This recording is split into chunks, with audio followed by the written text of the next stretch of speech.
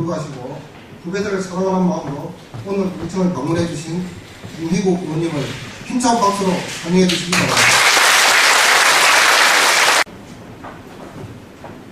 오늘 이제 제가 여러분들을 방문하게 된 거는 30년 조금 넘게 이제 공무원을 마치고 새로운 분야로 들어가서 일을 하게 됐습니다. 그래서 새로운 분야에 가서 느꼈던 그런 소회를 몇 가지를 말씀드리고 여러분들께서 어떤 그 생각을 가지고 공직을 할 거냐 그런 이제 생각을 정리하는 데 약간의 도움이 됐으면 하는 그런 바람에서 몇 가지 말씀을 드리겠습니다. 오늘 강의 제목을 방책이라고 적었습니다. 이제 좀 이따 설명을 드리는데 방책이라는 말이 어디서 나왔냐 하면은 중국에서 애공이라는 이제 왕이 공자에게 물었습니다. 정치란 무엇입니까? 우리 표현으로 바꾸어 말하자면 행정이란 무엇입니까? 이런 질문. 행정이란 뭐냐? 여기에 대한 공자의 답변은 이렇게 말했습니다. 문무지정, 즉 정치를 하는 방법과 행정을 하는 방법은 토제 방책, 방책에 다 들어있다. 우리가 이제 사전을 가지게 되면 약 5만 단어를 다 사전에 있지 않습니까? 찾아보면 된다. 거기서 나오는 용어가 방책입니다. 방이라는 말은 원래 말은 옛날 중국에는 종이가 발견되기 전에는 모든 글을 갖다가 이 방이라고 해서 평평 나무입니다. 나무 이런 나무에다가 글을 썼고 책은 대나무를 쪼개가지고 쓴 책이 이게 그래서 우리가 공책 무슨 책 할 때 책자가 이렇게 글자가 이렇게 되어 있습니다. 이게 방책. 즉 정치나 행정을 어떻게 한다 하는 요령이 적혀 있는 책이 방책입니다. 그래서 지금 우리 시대가 안고 있는 고민과 우리 시대가 풀어나가야 할 과제를 다른 나라, 다른 도시, 다른 사람들은 어떻게 풀어내느냐 이게 오늘의 주제입니다. 그래서 공자가 말했습니다. 문무지정은 토제 방책인데 책에 다 있는데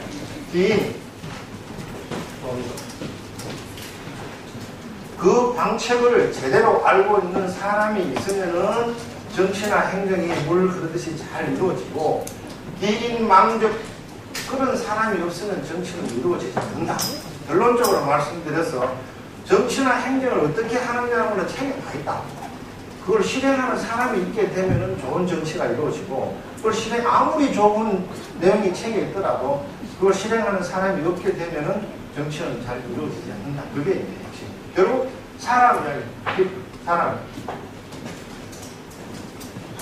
그래서 근대 백년사의 유명한 사람을 좀 소개하겠습니다. 왼쪽에 보이는 분은 히틀러를 상대로 2차 대전을 주도했던 위스턴 처칠 공입니다. 이게 잘 보이시는 거는데 오른쪽에 있는 부분은 영국이 자랑하는 몽고메리 원수입니다.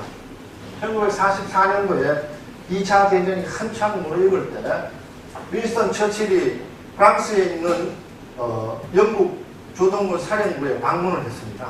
그래서 이제 몽고메리 장군한테 의무보고를 받고 처칠이 담배를 한 대 딱 피우고 있으니까 몽고메리 장군이 이렇게 보고있습니다. 각하, 저는 육군 상원학교를 졸업하고 지금까지 한 번도 담배를 피우지 않고 술도 입에도 안 댔기 때문에 항상 컨디션이 100%입니다. 이렇게 하니까 처칠이 웃으면서 참 좋네. 나는 뭐 담배도 좀 피우고 술도 가끔 먹는데 컨디션은 늘 200%야. 이 수상과 장군의 차이. 그때 영국은 굉장히 어려운 시간을 가졌습니다. 왜냐하면 히틀러로부터 공중폭격을 받고 유보트로 미국서 들어오는 농산물이 전부 다 수입이 돼가지고 기근이 발생되고 위스턴 처칠도 늘 폭탄 떨어지는 런던 시내의 주민들하고 같이 살게 됩니다. 국회에서 연설을 하는데 처칠이 이렇게 말했습니다. 내가 여러분께 요구할 수 있는 것은 피와 땀과 눈물밖에 없습니다. 그러니까 야당 여성 국회의원이 당신은 전쟁광이야 전쟁광. 내가 당신 마누라 허락하면 네가 먹는 포도주에 독약을 타버리겠어. 그러니까 처칠이 웃으면서 원님이 제 집사람이면 저는 저 잔을 바로 마셔버리겠습니다. 그만큼 처칠이라는 분이 통이 큰 위대한 정치가 있습니다. 다음 장. 유명한 일합니다. 1980년도에 미국이 엄청난 경제적을 어려움을 겪었습니다. 그 당시 미국 경제를 주름잡던 단어는 인플레이션, 물가 상승. 우리가 2005년도 노무현 정부 때 가장 고통받은 게 집값 상승. 그 당시 국토해양부의 업무 보고 1페이지는 전부 다 집값 잡는 방법밖에 없었습니다. 그래가지고 뭐 온갖 세금 폭탄에다가 분양가 상한제에다가 거래에다가 모든 영역을 집값 잡는 데 잡았듯이 1980년대에 미국 경제의 가장 암적인 존재는 인플레이션이었습니다. 지금 우리 경제를 발목 잡고 있는 건 일자리 구조, 청년 일자리 구조. 그래서 각 시대마다 다 경제적인 문제가 생깁니다. 그 문제를 어떻게 처리하느냐가 행정과 정치의 요체입니다. 이때 레이건이라는 분이 영화배우 출신이 대통령 후보로서 유세를 다니면서 이렇게 이야기했다고 합니다. 여러분, 경기 침체는 옆집 아저씨가 직장을 잃는 게 경기 침체입니다. 그리고 여러분 자신이 직장을 잃어버리면 불황입니다. 어떻게 호황의 시대를 만들겠습니까? 지미 카터를 실업자로 만듭시다. 자기를 대통령으로 뽑아달라 그러거든요. 이 두 분의 위대한 정치가 행정가들을 소개한 이유는 아무리 어려운 상황이 오더라도 항상 디시전 메이커는 약간의 여유를 가져야 됩니다. 왜? 지내고 보면 또 해결책이 나오기 때문에. 다음 장. 한 칸 더. 한 칸 더. 한 칸 더. 자, 여기부터 이제 설명을 하겠습니다. 그러면은 도대체 우리의 주변을 감싸고 있는 이 분위기라는 게, 여건이라는 게 뭐냐? 여기에 대한 이해가 필요합니다. 그 이해를 해야만이 우리 주변에 일어나고 있는 여러 가지 그 상황에 대한 해석이 가능합니다. 해석이. 여기서 이제 키워드는 세계화라는.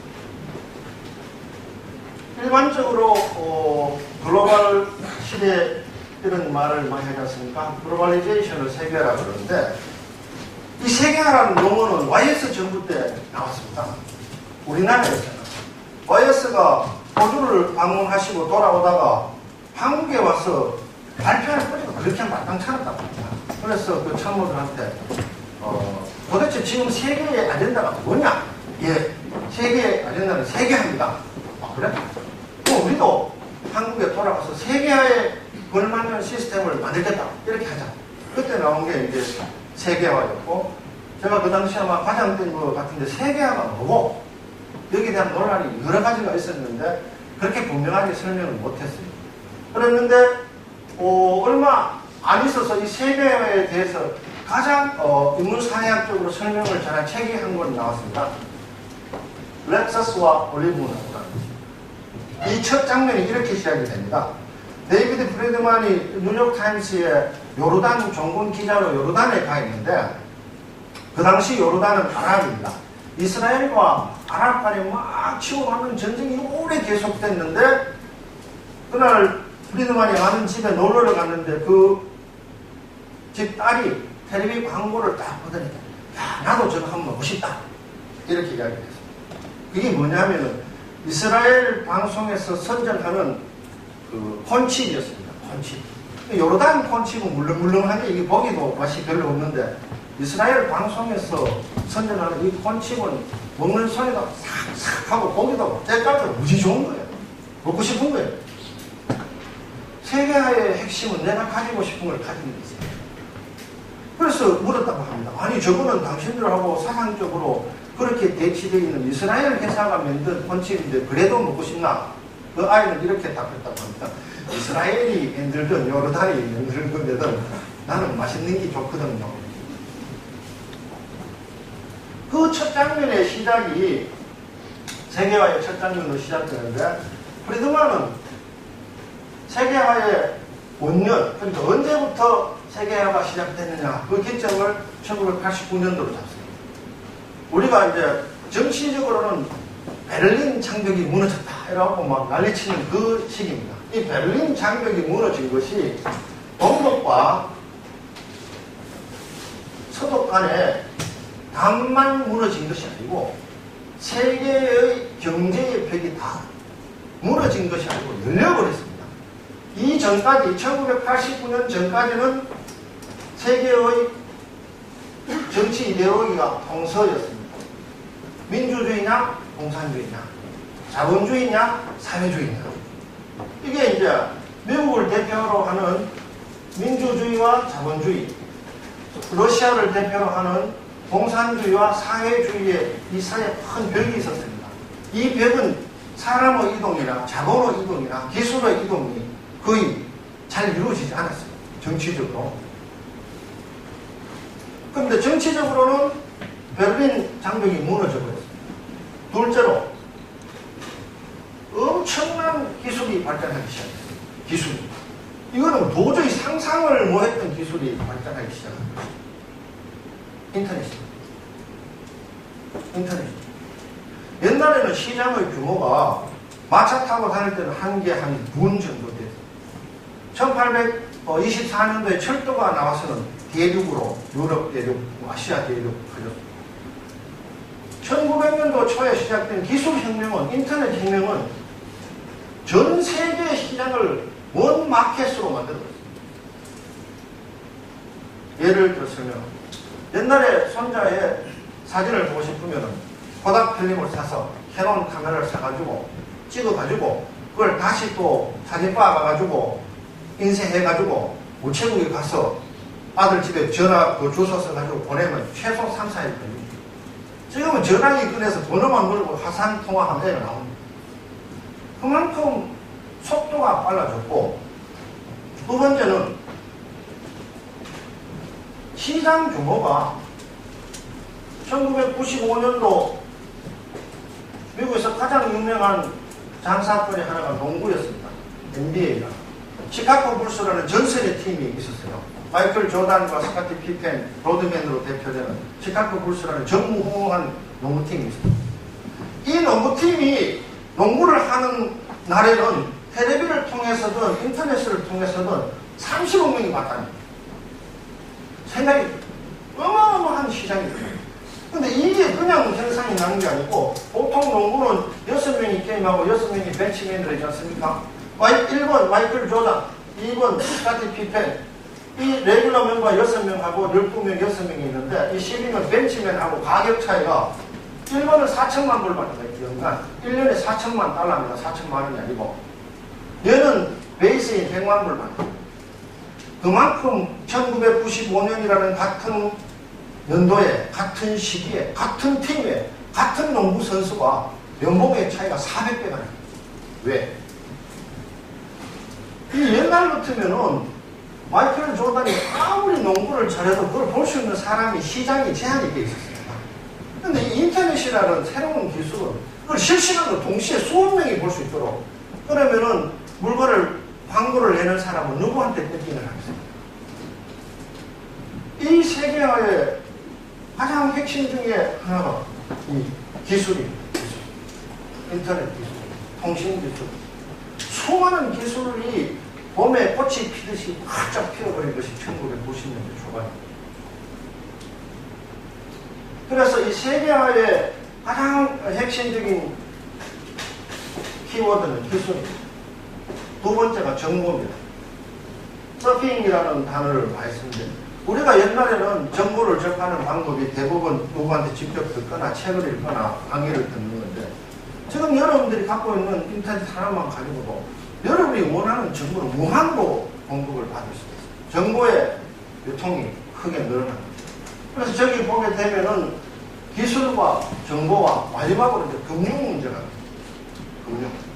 지금 우리나라에서 오늘 아침 탑뉴스는 유럽의 EU의 금융 위기입니다. 금융이라는 분야는 우리가 이제 자본주의의 3대 축이 자본과 기술과 인력, 이렇게 말하지 않습니까? 이 금융이라는 것이 이 산업하고 굉장히 연관이 많이 되어 있습니다. 지금 우리 건설업들이 가장 고통을 받는 것은 금융기관이 돈을 안 빌려줍니다. 소위 PF 대출이 안 되는데, 왜 PF 대출을 안 해주냐? 리스크가, 위험이 있다. 돈을 떼일까봐 겁나서 못 빌려주죠. 이게 핵심입니다. 그만큼 이 금융 분야가 중요한데, 이 금융 분야에 대한 일화를 소개를 하겠습니다. 앞으로 그림 있는 대로, 보당. 여기 왼쪽에 있는 분이 앨런 그린스펀이라는 미국의 FRB, FBI는 수사공화국이 FBI고, FRB는 페더럴 리저브 보드라고, 우리 같은 한국은행 총재보다 조금 더 경제기획원 장관하고 한국은행 총재하고 더 중간 정도 되는 금융계의 대통령입니다. 1995년도에, 1997년도, 이때는 제가 대구 국토유지소장이었는데, 5월달에 일본의 중앙은행 총재가 앨런 그린스펀 FRB 의장한테 전화를 했다고 합니다. 의장님, 한국 경제가 좀 이상이 있는 것 같습니다. 무슨 이상이 있는 거요?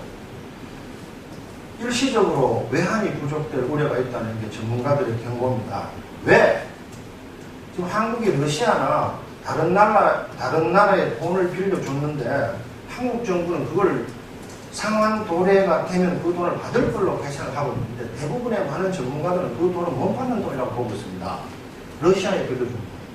여러분들도 친구한테 100만 원 빌려줬는데 한 달만 있다가 5개 다시 오면 한 달 있다가 갚는 건 어디 있으니까 대부분 다음에 그렇게 또 뭐 돈이 사람을 속이는 게 아니고 돈이 속인다 이런 이상한 논리로 그래가지고 이제 그린스펀 의장이 그러면은 한국 정부에 알려주지 않았습니다. 지금 한국 정부는 판단을 다르게 하고 있습니다. 이런데 지금도 제 귀에 생생합니다. 그 당시 경제기획원 장관이 홍콩에 가서 기자가 질문을 했습니다. 한국 경제에 이상이 있다는데 괜찮습니까? 물었을 때 그 당시 부총리가 한국 경제에 펀더멘탈에는 이상이 없어 이렇게 말했습니다. 그건 맞습니다. 펀더멘탈에는 문제가 없었지만 달러가 순간적으로 모자라고 있습니다. 우리도 살다 보게 되면은 재산은 한 1,000만 원 있는데 갑자기 현찰이 한 번도 없어지는 그런 상황이 있을 수가 있지 않습니까? 거기에 걸려버립니다. 그 상황을 한국 경제의 펀더멘탈로 해석을 방향을 잘못 잡은 겁니다. FRB가 본 거는 일시적으로 달러가 모자린 거를 염려를 했는데 그 당시 부총리는 달러 문제가 아니고 기초체력에 대해서 이야기를 해버려요. 그래서 그 97년도 12월 달에 대한민국이 생기고 엄청난 수모를 당했습니다.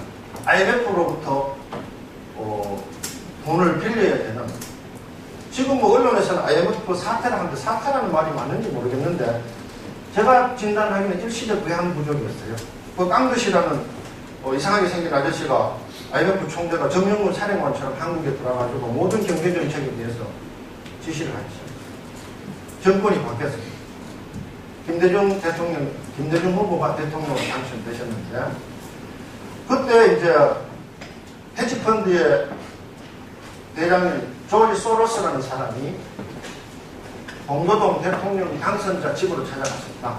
아까 주미대사를 누구를 보내려 합니까? 주미대사는 유정근이라고 전국지사 하던 사람인데 영어도 잘하고 미국에서 공부를 많이 해가지고 그 사람이 제일 좋을 것 같아. 안 됩니다. 왜? 대한민국에서 왜 IMF가 생겼는지 어떻게 처방을 해야 되는지 미국하고 협상을 할 수 있는 사람은 거의 없습니다. 한 사람을 추천하겠습니다. 누구요? 이용구. 아니 이용구 총리는 YS 정권인데 총리까지 한 사람이 어떻게 미국 대사를 보냈노? 그거는 한국 사정이고 미국의 경제 시스템을 이해할 수 있는 분은 이용구 전 총리입니다. 그래서 DJ 정권의 초대 총리로 미국에 왔습니다. 5년 정도 뒤에 이용구 총리께서 뉴욕타임스하고 인터뷰를 했습니다. 그 유명한 말이 있죠. 우리는 그런 식으로 돈 버는 방법을 몰랐다. 우리는 열심히 자동차를 만들고 배를 만들고 건설을 하고 석유화학 공장을 짓고 이래갖고 돈 버는 줄 알았지. 이 금융이라는 이 괴물을 몰랐다. 금융의 시대가 손과 발과 힘으로 몸으로 돈 버는 시대에서 머리로 돈 버는 시대로 바뀐 거예요. 우리는 이해를 못하고 있어요. 그렇게 해서 돈을 벌 수도 있나 이런 건데. 새로운 무기가, 새로운 방법이, 새로운 문화가 탄생해버립니다.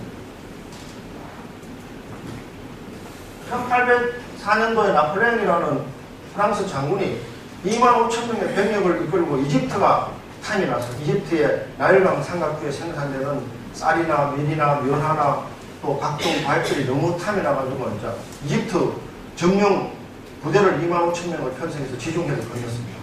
그 당시 이집트 군대는 맘루크라고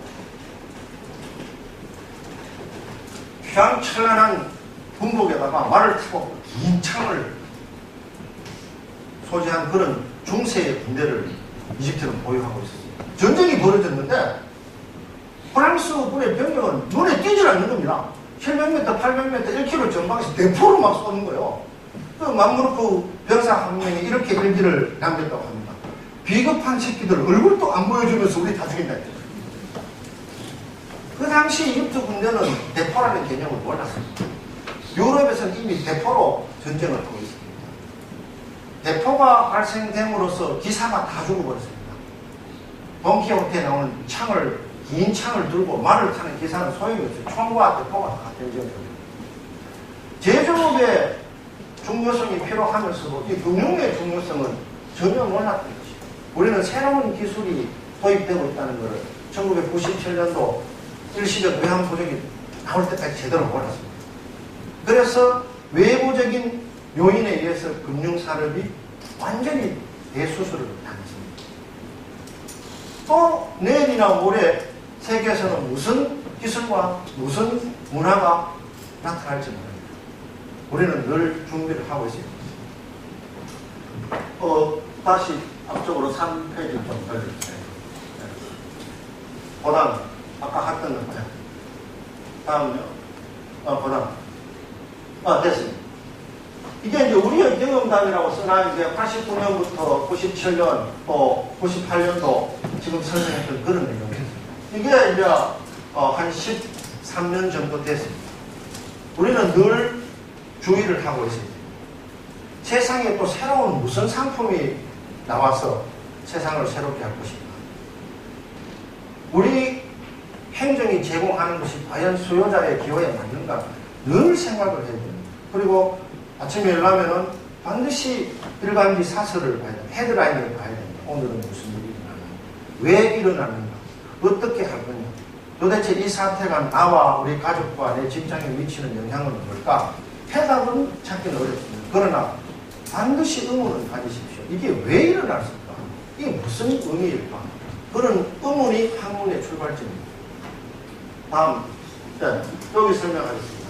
제가 한 50분 정도 설명을 하고 한 30분 정도 여러분 질문을 받고 답변하겠습니다. 도시의 발달상입니다. 아까 이제 제가 부산에 내려서 많은 옛날 선배들한테 물었습니다. 부산에서 제일 큰 기업이 어딥니까? 그랬더니 한 분은 르노 삼성자동차다. 르노 삼성자동차는 1년에 자동차를 몇 대 생산하고 일자리를 몇 개 제공합니까? 그건 잘 모르겠다. 그럼 부산에 있는 사람들이 대학을 졸업하고 일자리를 어디서 찾습니까? 다 서울로 간다. 그럼 이제 도시. 우리의 경쟁 단위가 이제 국가 대 국가일 수도 있고 도시 대 도시일 수가 있습니다. 그러니까 국가라는 개념은 너무 넓기 때문에 특징을 잡아내기가 쉽지가 않아요. 부산 하면 항만도시, 무슨 울산 하면 선박과 석유화학 도시, 거제 하면 조선도시, 이렇게 특징입니다. 지금까지 이제 우리의 국가 정책에서 가장 아픈 점이, 제가 대구의 중랑구 국회의원이기 때문에 대구시장한테 물었습니다. 대구시장으로서 지금 한 6년 정도 되셨는데 대구에 무슨 산업을 발전시켜서 대구 시민들에게 일자리를 주고 세금을 받아서 대구를 발전시키겠습니까? 여러 가지. 원래 종합대책은 아무 대책이 없는 게 종합대책. 근데 이 도시는 그러면 다른 나라 도시들은 어떻게 자기의 경쟁력을 어떤 분야에 키웠는지 우리가 알아볼 필요가 있습니다. 그건 굉장히 흥미로운 이야기입니다. 그게 어떤 도시가 어떻게 했다는 걸 알게 되면 우리도 그 카피를 할 수가 있거든요. 굉장히 중요합니다. 제일 먼저 이제 도시라는 게 우리가 이태리의 피렌체 혹은 베네치아 이런 도시들이 소위 말하는 이제 르네상스 도시입니다. 르네상스라는 것은 부활이라는 뜻인데 고대 그리스의 아름다운 문화를 지금 한 200년이 지난 이 시대에 새로 부활시킨다. 또 인권을 부활시킨다. 신 중심에서 인간 중심으로 바꾸는다. 그런 의미인데 그거는 껍데기고 그 껍데기를 한꺼풀 이렇게 뜯게 보면은 이게 무슨 일이 생겼냐 하면은 1200년도에 이제 유럽에 농사가 좀 잘 되고 인구가 늘어나기 시작해가지고 빵이 없었습니다. 그는 600년 뒤에 나폴레옹이 이집트 점령하고 똑같습니다. 그래서 그 당시 정책 결정권자들이 이래갖고는 도저히 안 되니까 시리아 예루살렘하고 동쪽에 테리토리 땅을 정복하러 가자. 이게 이제 십자군 전쟁입니다. 껍데기는 성전입니다. religious war. 실제로는 땅 뺏으러 갑니다. 비옥한 땅을. 여기서 중요한 컨셉이 생겼습니다. 수많은 군대가 먼 길을 이동해요. 육로로도 가고 바다로도 가고 있어요. 그럼 군대가 상상을 한번 해보십시오. 5만 명의 군대가 하루에 군인들 행군을 하게 되면 시간당 4km에서 10시간 걸어 한 40km 정도 이동합니다. 그 전쟁의 거리가 4,000km 가까이 됩니다. 5만 명의 먹을 거, 입을 거, 잘 거, 그걸 누군가 공급을 해야 되지 않겠습니까? 물류의 출발은 전쟁이 있어요. 십자군 전쟁에 동원된 사람들에게 대해서 군수물자를 공급하기 위한 상인이 생겨 있습니다. 상업도시 출발. 근데 그걸 전부 다 현찰로 거래하기 어려우니까 보험이라는 것도 생기고 은행도 생기고 회계도 생기고 육상으로 수송은 너무 힘드니까 해운도 생겼습니다. 르네상스의 키워드는 군수품 공급이었습니다. 이 이야기는 근세사에도 그대로 적용됩니다. 우리 대한민국 경제는 1960년대 후반에 월남전에서 많은 도움을 받았습니다. 일본의 경제 부흥은 1950년 한국전쟁입니다. 미국이 전 세계 1등으로 발돋움할 수 있었던 사건은 1차 대전과 2차 대전입니다. 어떤 칼럼니스트는 이렇게 이야기합니다. 학교에서는 미국이 유럽 사람들의 인권과 평화를 사랑하기 때문에 군대를 출동시켰다. Definitely no. 미국은 유럽에 자기 라이벌이 되는 독일이라는 거대 제국이 생기는 걸 싫어했습니다. 그래서 전쟁이 시작합니다.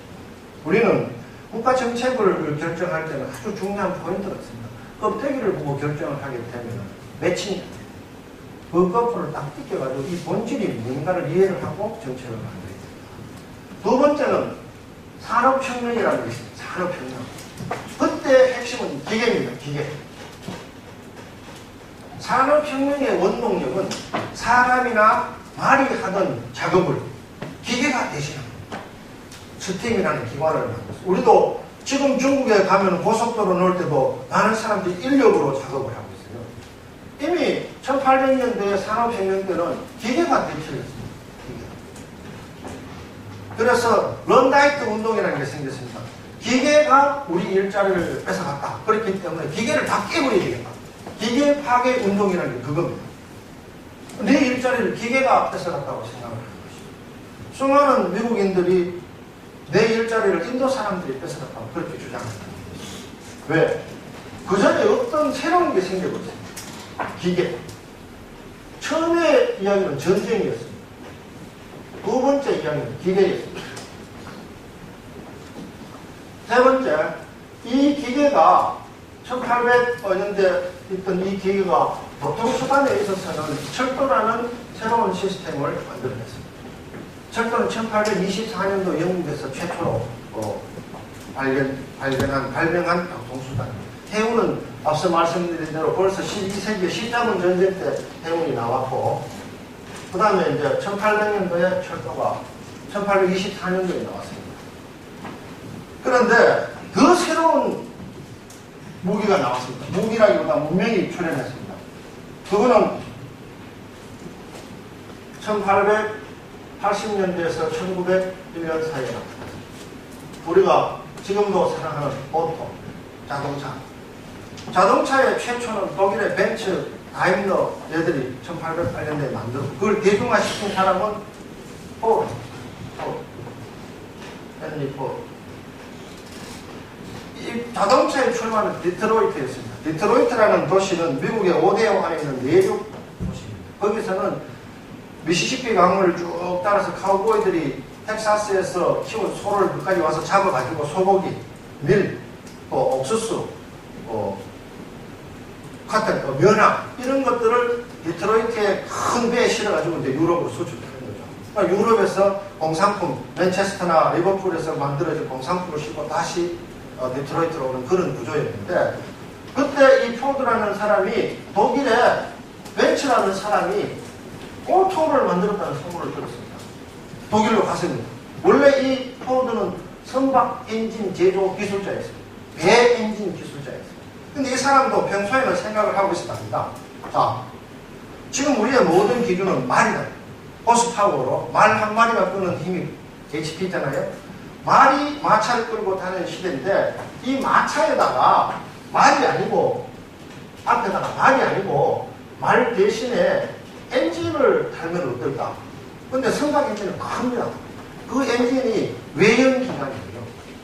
근데 이 엔진을 줄이는 방법이 독일에서 발명됐다는 걸 알았어요. 그게 내연기관이에요. 엔진이죠. 그래서 이 엔진과 마차를 결합시킨 새로운 문명, 오토, 자동차가 발생했습니다. 혁명적인 생활의 변화가 초래됐습니다. 혁명적인 변화. 1930년대 미국의 자동차 수가 2,500만 대였습니다. 얼마나 편리하겠습니까? 이 엔진, 이 말 한 마리를 마차에 매달고 가려 하면은 말먹이도 줘야죠, 쉬게도 해야죠, 속도도 늦죠, 기상이 나쁘면. 근데 이 오토라는 기계는 전천후예요, 전천. 속도도 빠르고. 그래서 이 오토 문명이 미국의 전 세계 그 당시 1910년부터 1970년까지 전 세계 문명의 심볼이 요즘 같은 스마트폰인데 그 당시는 오토입니다. 근데 이 오토 문명도 빛이 강하면은 그림자가 강하듯이 그림자가 두려워지기 시작했습니다.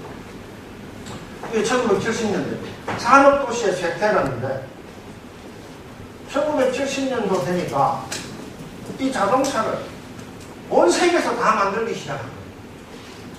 그때의 핵심은 누가 더 싸게 만드냐, 누가 더 싼 노동력을 제공할 수 있느냐 싸움이 됐어요. 우리나라도 1982년도인가 아마 폰이라는 승용차가 나왔습니다. 이게 이제 소위 말하는 지금 오늘의 주제인 변화가 시작됩니다. 바뀌어버립니다. 전 세계의 자동차 시장을 석권하고 있던 미국 자동차 시장에 그림자가 들어오기 시작했습니다. 그 그림자의 이름이 토요타, 혼다, 미즈다, 일본의 자동차업체. 미국 시장에 물밀듯이 쳐들어온 거예요.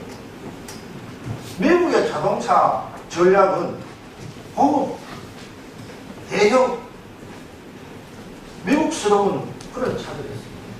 근데 일본은 정반대의 전략으로 가고 있어요. 소형, 에너지 절약형, 그리고 소비자들이 원하는 이쁜 차. 유가가 상승하기 시작하니까 차를 다 대형차에서 소형차로 바꾸기 시작했어요. 이 그림자가 디트로이트는 점점 더 지쳐졌습니다. 그런데 이 세상을 지배하던 1980년부터 1990년까지 자동차 시장을 석권하던 혼다, 토요타, 미츠다이로 또 그림자가 들어오기 시작했어요. 그 그림자의 반대편에는 현다이가 있습니다. 현대자동차, 기아자동차. 왜 그러냐 하면은 이 당시 전략이, 토요타의 전략은 원가 절감이었습니다. 코스트 다운이었습니다. 원가를 절감하는 제도는 두 가지 측면이 있습니다. 비용을 줄인다는 측면이 있지만 그만큼 품질이 나빠진다는 동전의 양면과 같은 결과가 있습니다. 1차 벤더, 즉 자동차를 만드는데 3만 개의 부품이 필요한데 그 부품을 공급하는 부품의 질이 나빠지기 시작했습니다. 그 부품의 질이 한 개만 나빠지면 문제가 적은데 여러 개가 나빠지니까 도요타가 생산하는 자동차의 퀄리티가 떨어지기 시작합니다. 그 틈을 비집고 들어간 게 현대차입니다. 현대차는 현재 연간 한 470만 대 정도 만드는데 한국 내에서는 100만 대 정도 팔고 나머지는 전부 해외 시장에 팔고 있습니다. 정몽구 회장의 캐치프레이즈는 No cost down, cost down에 포커스를 두지 말고 퀄리티에 맞습니다. 현대차 굉장히 좋습니다. 여러분이 들으면 농담이겠지 하지만 농담이 아닌 실화는 미국 조지아의 연간 30만 대 정도 만드는 한국 현대 자동차 공장이 있습니다. 거기서 도요타가 만드는 camry라는 차가 한국에 들어오는데 소나타가 한 2,000불 더 비쌉니다. 그리고 소나타는 없어서 못 사줍니다. 작년 5월 내가 현대 자동차 조지아 지사장한테 직접 들은 게 그만큼 이 전략 자체가 중요한 거죠. 지금도 우리는 도요타 camry가 현다의 소나타보다 더 좋다 이런 비상적인 생각을 갖고 있을지도 모르겠지만 전혀 사실입니다. 전략이 잘못된 케이스. 전략이라는 것이 얼마나 중요한지 여러분들 이해하십시오. 이런 전략이나 변화라는 것이 자동차 시장에만 있는 게 아닙니다. 컴퓨터 시장을 예를 들어 설명드리겠습니다. 1970년대 전 세계 컴퓨터 시장을 점령한 회사는 IBM. 여러분 잘 아시죠? 근데 IBM의 아성을 무너뜨린 새로운 강자가 등장했습니다. 컴팩. 근데 이 IBM과 컴팩의 차이는 컴퓨터 차이라기보다도 판매 전략의 차이를 뒀습니다. IBM은 전부 직영체제를 하니까 엄청난 점포와 인력이 필요했는데 컴팩은 대리점이라는 제도로 프랜차이즈라는 제도로 새로운 판매 방식을 도입했습니다. 똑같은 제품을 만들더라도 어떻게 파느냐에 따라서 엄청난 차이가 발생이 됩니다. 컴팩의 지배가 오래 가지 않았습니다. 새로운 강자가 나타났습니다. 이 델은 대리점을 다 없애버렸습니다. 그리고 주문자 생산 방식을 택했습니다. 왜? 컴퓨터가 많아요. 컴퓨터로 많은 개인 소유자가 컴퓨터에다가 나는 이거 장착된 컴퓨터를 언제까지 우리 집에 보내라. 그러면 그 주문받은 사양대로 만들어가지고 대리점을 통해서가 아니고 운송회사를 통해서 그래요. 엄청난 차이가 발생합니다. 집에 가서 곰곰이 한번 생각을 해보십시오. 나는 IBM 전략을 택할 것인가, 컴팩 전략을 택할 것인가, 델 전략을 택할 것인가, 아니면은 나는 포드 전략을 택할 것인가, 도요타를 택할 것인가, 현대를 택할 것인가. 그게 여러분의 경쟁력의 첫번입니다. 산업도시들이 이런 대량 생산, 대량 소비의 구조가 무너지기 시작합니다. 그러니까 쉽게 이야기하면 여러분들이 학교에서 배우고 공부한 지식이나 실력은 못 써먹게 되거든요. 새로운 문명이 발생합니다. 새로운 기술이 발생합니다. 그게 벌써 1957년도에 여러분들이 언론에서 많이 본 The Third Wave라고 제3의 물결이라는 책을 엘빈 토플러가 썼는데 그거는 몸으로 손발로 일하는 블루 칼라보다는 머리로 일하는 화이트 칼라 숫자가 더 많아진 시점이 1957년입니다. 약 50년 전입니다.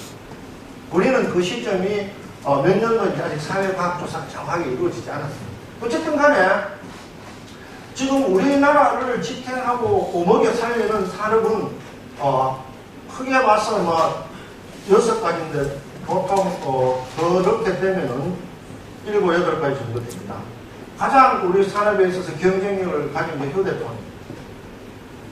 그 다음 앞서 말씀드린 오토, 자동차, 조선, 철강, 석유화, 전기, 전자, 그 다음 건설, 해운 정도 할 수 있습니다. 이게 보시다시피 대부분 제조업입니다. 제조업에 우리가 경쟁력을 언제까지 끌고 갈 수 있을지 상당히 의문입니다. 왜냐하면 앞서 설명드린 여러 분야에 있어서 이 빛과 그림자가 순식간에 바뀌게 돼요. 만약에 철강 분야도 우리 포스코가 갖고 있는 다른 기술을 어떤 업체가 발명했다. 그러면 한 번에 가능합니다. 그래서 우리는 심각한 고민을 할 수밖에 없습니다. 그런데 이러한 대량 생산, 대량 소비, 소위 말하는 산업도시, 제조, 이 틀을 깨버린 도시가 등장했습니다. 새로운 괴물이 탄생했습니다. 실리콘밸리. 많이 들었죠. 실리콘밸리. 실리콘밸리라는 것은 그 출발 자체가 대단히 의미가 있습니다. 왜냐하면 이 실리콘밸리에 가장 공헌을 했던 분이 스탠포드라는 분입니다. 스탠포드 대학이라고 아주 미국의 서구에 유명한 학교. 스탠포드는 그 당시 억만장자였습니다. 엄청나게 돈을 많은 우리나라를 통한 재벌이었습니다. 그 당시 재벌들은 두 가지 놀이를 했다고 합니다. 첫 번째는 말농장과 와이너리를 사서 폼을 잡는 거고, 두 번째는 자기의 모든 돈을 들여서 대학을 만듭니다. 미국의 유명한 대학들은 대부분 개인들이 만들었습니다. 하버드 대학은 하버드 목사가 만들었고, 시카고 대학은 돈 많은 록펠러 회장이 만들었고, 스탠포드는 스탠포드가 만들었고, 스탠포드는 대학을 만들면서 이렇게 공헌했다고 합니다. 인생은 어차피 실용적이 돼야 된다. 관념적인 학문은 스탠포드 대학이 필요 없다. 그래서 스탠포드 대학을 제대로 키우기 위해서 가장 중요한 것은 사람입니다. 미국 최고의 기술자를 교수로 데리고 와. 미국 최고의 기술자. 미국 그 당시 1900년대 미국은 새로운 기술이 막 엄청나게 발달하기 시작했습니다. 벨이라는 사람은 전화를 만들고, 에디슨이라는 사람은 전기를 만들고, 새로운 지금까지 보지 못했던 새로운 제품이 엄청나게 쏟아질 텐데, 스탠포드가 그러한 자기 학교 구현 이름을 가지고 만든 것이, 최초로 만든 것이 진공관입니다. 트랜지스터. 새로운 물건을 만든 거예요. 새로운 물건을 만든다는 것은 우리 스마트폰 만드는 거하고 똑같습니다. 그 당시로서는 놀라운 일이에요. 그걸 전부 과학자들이 해냈습니다. 그 과학자들이 바로 공과대학 교수와 학생들이에요. 실리콘밸리의 핵심은 법도 아니고 메디칼도 아니고 필라소피도 아니고 기술이었어요. 아이디어였어요. 새로운 문명을 창조한 크리에이터. 그러면은 우리가 이제 여기 말하는 소위 말하는 원천 기술인데, 이 원천 기술을 어떻게 육성하느냐가 대한민국이 2만 불에서 4만 불로 테이크오프를 샀던 핵심이라고 저는 생각합니다. 우리는 새로운 문명을, 새로운 문화를 창출을 해요. 지금 딴 나라하고 똑같이 생산하고 딴 나라하고 똑같은 유형의 제품을 만들어서 거의 생산이 없습니다. 왜냐하면 우리는 레이버 차지가 임금이 계속 올라가고 있는 고비용 부족이기 때문에 중국이나 동남아 국가는 이길 방법이 없습니다. 중국이나 동남아 국가들이 못 만드는 뭔가를 만들어야 되는 게 국가입니다. 그런데 딴 도시들은 그럼 어떻게 만드느냐? 그게 이제 가장 대표적인 도시가 여러분들도 가보고 싶어하는 뉴욕입니다. 뉴욕이라는 도시는 처음에는 영국과 미국 본토 간의 그 무역을 하는 항구 도시였습니다. 그런데 이 항구 도시에서 밀이나 설탕이나 옥수수를 조합하다가 발달한 게 인쇄업하고 그 다음에 직물, 텍스타일이었습니다. 그 당시에도 해적판이 많았던 모양입니다. 영국에서 유명한 소설이 쓰여지면 즉시 그걸 들고 쾌속선을 타고 뉴욕에 와서 그 해적판을 만들어서 팔아서 돈 번 사람들이 출판했다고 그렇게 이야기했는데, 이 인쇄업이나 직물이 1970년대가 되니까 경쟁력을 잃어버리기 시작했습니다. 그래서 그 당시 이제 할렘가로 대표되는 지금 뭐 부산 중구도 그렇고 제 지역구 중랑구도 그렇고 엉망진창이 된 거예요. 도심에 있던 학교가 아파트 단지 따라 나가버리게 되면 집이 팔리지도 않고, 그렇다고 이걸 뭐 재개발 재건축하려 해도 분양이 안 되니까 안 되고, 이러지도 뭐하고 저러지도 뭐하고 그런 상태에 빠져버린 게 있는 거였습니다. 그때 이 죽어가는 뉴욕을 살길 새로운 생명수가 들어오기 시작했습니다. 그 생명수가 바로 이한구 총리가 슬프게도 고백했던 금융사입니다. 시카고 대학이나 하버드나 또 뉴욕 대학의 경제학을 전공했던 일달의 무리들이 금융 분야의 새로운 상품을 만들기 시작했습니다. 우리가 앞에서 설명드렸던 전화나 또 전기나 또 다른 새로운 문명과 같은 새로운 새 상품을, 글쎄 여러분들 용어는 신상이라 하죠. 신상품이라고 하고 신상을 만들기 시작합니다. 금융 분야에. 이 신상으로 가득 찬 거리가 월스트리트입니다. 뉴욕 경제에서 발생되는 총 소득의 40%가 금융 분야에서 발생합니다. 근데 앞으로 좀 돌려주세요. 사진 두 번째. 됐어요. 보기. 이분은 1950년대 초반에 싱가포르 정치가로 등장해서 반세기 만에 5만 달러의 도시국가로 만든 이광요 수상입니다. 이분이 1990년대 초반에 한국을 방문했는데 그 당시 대통령이 이분한테 이렇게 물었습니다. 아까 우리도 싱가포르처럼 금융산업을 좀 발달시키고 싶습니다. 우리나라가 동북아의 금융허브가 되고 싶은데 우리 하면 되겠습니까? 이광요 수상이 이렇게 답했습니다. 안 됩니다. 우리나라 대통령 왜요? 영어를 뭐 하지 않습니까? 모든 금융산업을 발전시키기 위한 기초는 영어입니다. 우리가 해외 건설을 많이 나가요. 해외 건설에서 가장 중요한 건 영어입니다. 돈이 되는 디자인을 하기 위해서. 우리가 건설을 하고 있지만 옛날에는 다 EPC라고 하지 않습니까? 엔지니어링, 프로큐어먼트, 컨스트럭션인데 지금 돈이 되는 건 다 디자인입니다. 디자이너 같아요. 가장 부가가치가 낮은 게 노동시장, 노동력을 주로 하는 컨스트럭션. 그 다음에 이제 우리 통신시설은 50%가 다 프로큐어먼트, 자재입니다. 우리 프렌트라는 말이죠. 페트로케미칼하는 프렌트는 50%가 다 프로큐어먼트, 기자재. 그 다음에 여기 엔지니어링이 이제 우리가 말하는 설계 기술인데 이 설계보다 훨씬 더 부가가치가 높은 게 디자인. 디자인의 부가가치나 중요성은 아무리 강조해도 지나치지 않습니다. 보석 디자인, 의료 디자인, 능력에 있어서 다음 아까 뭐 도시에 글로 넘겨주세요. 능력에 있어서 가장 강점이 디자인이 있습니다. 도나 카렌이나 칼빈 그런 디자이너들이 얼마나 많은 제품을 만들어내고 있습니까? 새로. 칼빈 클라인 진 많이 있지 않습니까? 그러니까 누력은 이런 구도를 만들어버렸습니다. 과거에는 평평한 데서 디자인하고 제품 만들고 하는데 이걸 이렇게 만들었습니다. 제일 탑에서는 세계 최고의 디자이너들이 디자인을 하고 그 밑에서는 봉제를 하고 그 밑에서는 상품을 받게 되는 수평에서 수직 구조로 산업 구조를 바꿔버렸습니다.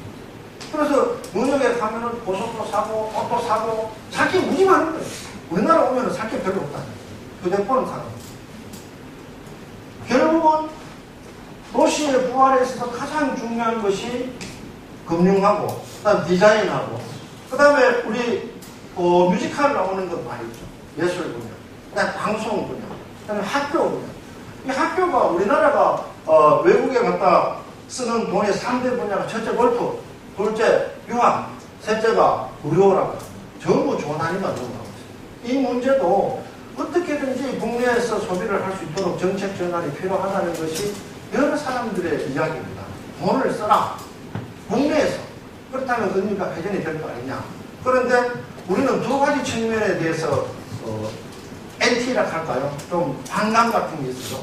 대재벌 기업들이 돈은 많이 버는데 세금도 잘 안 내고 도네이션도 자산도 잘 안 하고 저끼리만 인정한다. 이런 부정적인 시각이 있고 국내에서 또 소비하는 데 대해서 부자와 가난한 사람을 이렇게 이원화시키는 그런 반감이 있어요. 그 문제가 어떻게 해결할 건지 참으로 고민스러운 그런 상태입니다. 그래서 지금 결국 우리 부산이든 뭐 대한민국이든 대구든 간에 어떤 분야를 선택을 해야 되는 시점이 왔습니다. 부산의 강점은 이제 항만인데 아까도 물었습니다만 부산을 대표할 기업이 그렇게 많지는 않다고. 대표할 수 있는 기업을 키워야 됩니다. 그래야 일자리를 창출할 수 있습니다. 그렇지 않습니까? 여러분들이 이 도로 분야 이제 사대는 여러분들이 많이 하셨으니까 도로 분야의 가장 약점은 지금 과거에는 모든 도로를 지역에서 지역, 도시에서 도시를 연결하는 이쪽에만 도로를 만들었습니다. 엄청난 비난이 쏟아졌습니다. 2003년도부터 라인 투자다. 사람도 차도 없는데 도로를 놨다. 정작 문제는 도심에 있었습니다. 도시 안에. 더 웃기는 거는 도로를 쫙 만드는데 이게 영천시다 하면 대구에서 영천 가는 시간이랑 여기서 내려가지고 영천 시내에 들어가는 시간이 똑같이 걸린다고. 그렇게 영천시장입니다. 이 잘못됐습니다. 당연히 도로의 개념을 선 개념이 아닌 나뭇가지 개념처럼 이렇게 만들어야 돼요. 그래야 문제가 풀리는 거 아닙니까? 두 번째로, 지금 이제 도로 예산이 예를 들어서 1년에 6조다 하면 지난번에 도로정책 가자고 했는데 이게 문제가 심각한데 먼저 돈을 집어넣어야 돼요. 문제가 덜 심각한데 돈을 넣게 되면 정치적인 부담이 생기게 돼요. 그래서 오늘 제가 말씀드리는 요지는 지금까지 역사적으로나 또 다른 문화적으로나 우리가 지금 추구를 해야 될 것은 새로운 아이디어다. 여러분들이 제공하는 행정 서비스 자체가 여러분 수요자들한테 어떻게 받아들여지는지 생각을 해야 됩니다. 내가 이 상품을 줬을 때 상대방이 야 다음에 또 사고 싶다 이런 마인드를 가졌는지 아니 주니까 억지로 받지 이거 뭐 별로다 아니면 다시는 내가 안 온다 이 세 가지 중에 하나가 걸릴 겁니다. 그 부분에 대해서 깊은 생각을 해야 됩니다. 다시 말씀드립니다. 자고 일어나면은 딴 재밌는 것도 많이 보지만은 신문 헤드라인을 딱 보십시오. 아, 이 사건은 왜 생겼을까? 이 사건이 나와 내 사랑하는 가족과 우리 국가에 미치는 영향은 뭘까? 해답은 찾을 필요가 없습니다. 여러분 전문가가 아닙니다. 그러나 의심을 하십시오. 의심이 학문의 출발점입니다. 의심을 하지 않으면 절대로 해결책이 나오지를 않습니다. 반드시 의심을 하십시오. 왜 이렇게 됐을까? 어떤 영향을 미칠까? 그렇게 의심하는 습관이 필요하고 두 번째로는 사설의 첫 번째 사설은 반드시 읽으십시오. 그게 그날 우리나라에서 일어나는 가장 중요한 사건이 보통 사설 메뉴입니다. 세 개 다 읽으려고 하면 절대로 안 읽을 테니까 한 개라도 꼭 읽고 자기 감상을 노트에 적어놓으십시오. 아, 이후에 외환 위기가 있다는데 이거는 이렇게 이해를 된다. 이래서 한 1년 뒤에 다시 보게 되면은 자기가 이해했던 수준이 어느 정도인지를 알게 됩니다. 그래서 끊임없이 공부를 해야 돼요. 카카오톡도 많이 하지만은 헤드라인 뉴스를 꼭 읽어보고 신문 사설 읽으면 읽고 그래야 세월의 세상의 변화와 흐름에 뒤처지지 않게 된다. 좀 무거운 이야기인지 모르겠습니다만 결론은 공부를 많이 해라. 이야기 듣고 이제 나머지 이 주제뿐만 아니고 여러 가지 사항도 있고 그래서 여러분을 격려하기 위해서 제가 왔습니다. 그래서 궁금하거나 또 생소한 국회에 뭐 할 건다든지 여러분 편하게 이야기를 한 30분 해서 우리나라 이 교육에서 가장 문제가 첫째로 질문을 안 하는 버릇입니다. 그런데 다 알고 있느냐? 질문을 해야 돼. 질문을 하고 또 이야기도 듣고 그래서 열심히 질문해서 아 내가 모르는 게 많구나 이걸 알고 가는 게 바로 교육입니다. 편안하게 질문을 해주십시오. 그러면 알고 있는 데까지 답변드리겠습니다.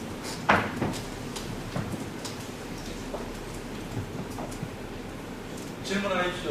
질문하시는 분한테 오늘 인사해서 내가 2시부터 부산지방여러관청에서 1시간 하고 질문 40분 가까이 받고 왔습니다. 뭐 고용 문제라든지 뭐 상임위 어디 갈 거라든지 뭐 사대강 사업 어떻게 되냐 뭐든지 질문하고 또 개인적인 질문을 하십니다. 다 아는 척하고 그렇게 가만히 있지 말고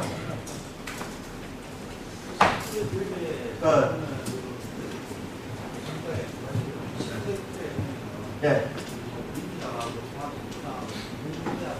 예. 예.